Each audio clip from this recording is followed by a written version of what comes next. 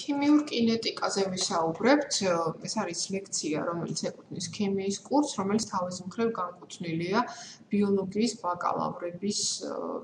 ბაკალავრ სტუდენტებისთვის. ვისაუბრებთ ქიმიურ სიჩქარეზე ძალიან ზოგადად და შემდეგ უკვე სემინარულ მეცადინეობაზე განვიხილავთ ისეთ საკითხებს, როგორიც არის ქიმიური წონასწორობა, ლე-შატელიეს პრინციპი და ასეთი მსგავსი წვრილმანები, ასე ვთქვათ. ეხლა ჩვენს ირგვლივ მიმდინარეობს მრავალი ქიმიური რეაქცია. აი ეხლაც მე ვზივარ და ვწერ ამ ლექციებს და ჩემს ირგვლივ მიმდინარეობს მრავალი ქიმიური რეაქცია, ჩემს ორგანიზმში მიმდინარეობს ისევე როგორც თქვენს შემთხვევაში, მაგრამ ეს რეაქციები მიმდინარეობენ სხვადასხვა სიჩქარით. ზოგიერთი რეაქცია მიმდინარეობს რამდენიმე წამს ან წუთში და ეს ძირითადად ფერმენტულ რეაქციებს განეკუთვნება აი ეს მოსაზრება და ზოგიერთი მიმდინარეობს მთელი წლები და საუკუნეები ჭირდება, როგორც არის მაგალითად ბრინჯაოსა და რკინის დაჟანგვა, გრაფიტის ალმასად გარდაქმნა, ბუნებრივ პირობებში კირქვიანი ქანების წარმოქმნა და ასე შემდეგ. მეცნიერებას, რომელიც სწავლობს ქიმიური რეაქციის სიჩქარეს უწოდებენ ქიმიურ კინეტიკას. სწავლობს მის სიჩქარეს და მასზე მოქმედ ფაქტორებს. მე-19 საუკუნის ბოლოს მის განვითარებას საფუძველი ჩაუყარა ორმა მეცნიერმა, ჰოლანდიელმა ფიზიკოს-ქიმიკოსმა ვან 't Hoffმა და შვედმა მეცნიერმა სვანტე არენიუსმა. კინეტიკა ბერძნულად ნიშნავს მამოძრავებელს. რა საჭირო არის ქიმიური რეაქციის სიჩქარის შესწავლა? ძალიან დიდი მნიშვნელობა აქვს, განსაკუთრებით ქიმიური წარმოებისთვის. რატომ? იმიტომ, რომ ქიმიურ წარმოებაში ყოველთვის უნდა ზუსტად იცოდნენ პროდუქტს, რა რაოდენობით მიიღებენ, თუ ეს არის შექცევადი რეაქცია, როდის დამყარდება წონასწორობა და ამ წონასწორობის პირობებში პროდუქტის რაოდენობა რამდენი იქნება, დანაკარგი რამდენი იქნება და აგრეთვე უნდა იცოდნენ წონასწორობის დამყარების პირობები რამდენად ძვირი დაუჯდებათ. იმიტომ რომ წარმოებისთვის ბუნებრივი არის უფრო პრიორიტეტული ისეთი პროცესის ჩაშვება წარმოებაში, რომელიც დაჯდება მათთვის იაფი და დანაკარგი იქნება მინიმალური. როგორ ხდება ქიმიური რეაქციის სიჩქარის გამოთვლა? რა ფორმულით გამოისახება ის? ფიზიკის კურსიდან ცნობილი ფორმულა არის სხეულის სიჩქარე V ტოლია S-ის შეფარდებული ტესტთან, ანუ მანძილი დროსთან. ქიმიური რეაქციის სიჩქარე გამოისახება ფორმულით და გამოითვლება ფორმულით V ტოლია დელტა C შეფარდებული დელტა ტესტთან, მოლი ლიტრი და წამი ან წუთი. ესე იგი, დელტა C აღნიშნავს კონცენტრაციას, ეს ტოლია C1 მინუს C2 და დელტა T T2 მინუს T1. რატომ მოლილიტრთან? ჩვენ სტოქიომეტრიაზე გვექნება საუბარი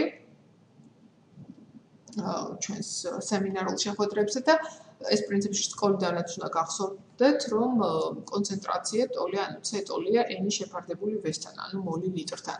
ქიმიური რეაქციის სიჩქარე ეწოდება ერთ-ერთი მორიაგირე ნივთიერების ან რეაქციის პროდუქტის მოლური კონცენტრაციის ცვლილებას დროის ერთეულში. რატომ ერთ-ერთი მორიაგირე ნივთიერების და არა, ვთქვათ, ყველა მორიაგირე ნივთიერების? აუცილებელი არ არის, რომ ყველა მორიაგირე ნივთიერების კონცენტრაციის ცოდნა იყოს წარმოებაში ჩადებული. საკმარისია ერთ-ერთის, რადგანაც ერთი ნივთიერების კონცენტრაციის შეცვლა იწვევს მეორის ცვლილებას. მნიშვნელოვანია ქიმიური რეაქცია სად მიმდინარეობს, ანუ როგორია უпростоრად ქიმიური რეაქცია, ჰომოგენური თუ ჰეტეროგენური.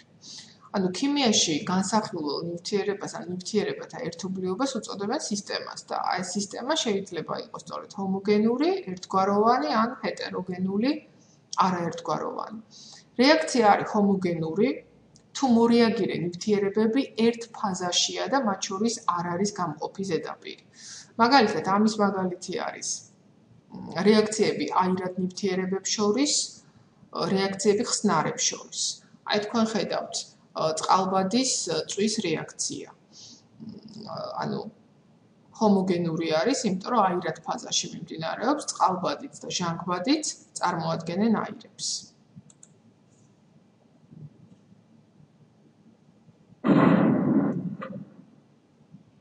თქვენ იცით, რომ თუ არ არის წყალბადი სუფთა, ამ შემთხვევაში რეაქცია ხმაურით მიდის.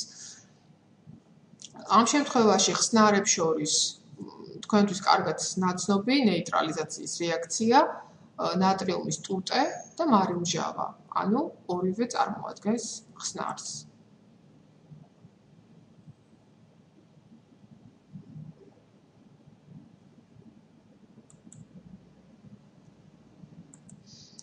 კვლავ აირი წყალბადის წვა ქლორის არეში. ანუ ორივე ამ შემთხვევაში კიდე საერთოდ წარმოადგენს აირს. ამიტომ, რა თქმა უნდა, ეს კლასიკური მაგალითი ჰომოგენური რეაქციის. ან ისევ ხსნარებს დაუბრუნდეთ ბარიუმის ჰიდროქსიდი ნატრიუმის სულფატთან. ბარიუმის ეს სულფატი გამოიყოფა ნალექის სახით, ოღონდ ამ შემთხვევაში ამას მნიშვნელობა არ აქვს. ორივე არის ხსნარი, ესე იგი ჰომოგენური რეაქცია არის.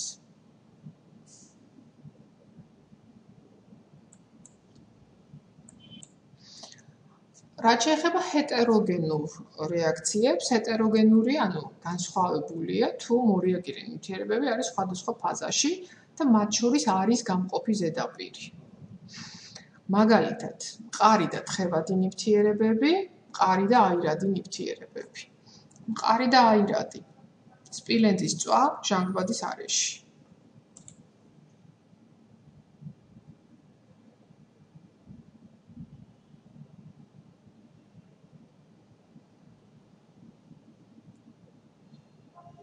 მყარი და აირადი სპილენძის ორი ოქსიდის ურთიერთქმედება წყალბადის ორთქლთან.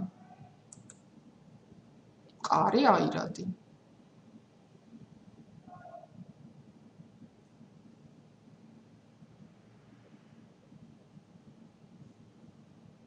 მყარი და თხევადი ფოსფორის 5 ოქსიდის ურთიერთქმედება წყალთან.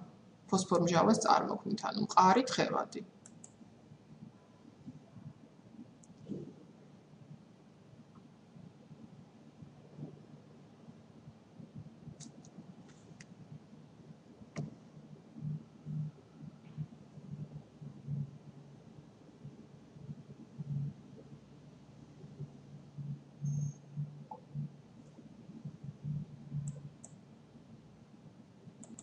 სხვადასხვა სისხლიც არის ჰეტეროგენული, რადგან ის შეიცავს ერითროციტებს, ლეიკოციტებს და აგრეთვე მრავალ სხვა გახსნილ ნივთიერებას მათში და თქვენ შეიძლება, როდესაც ანალიზისთვის წასულხართ ექიმთან, იქ გინახავთ კიდევაც სისხლიანი სინჯარები, სადაც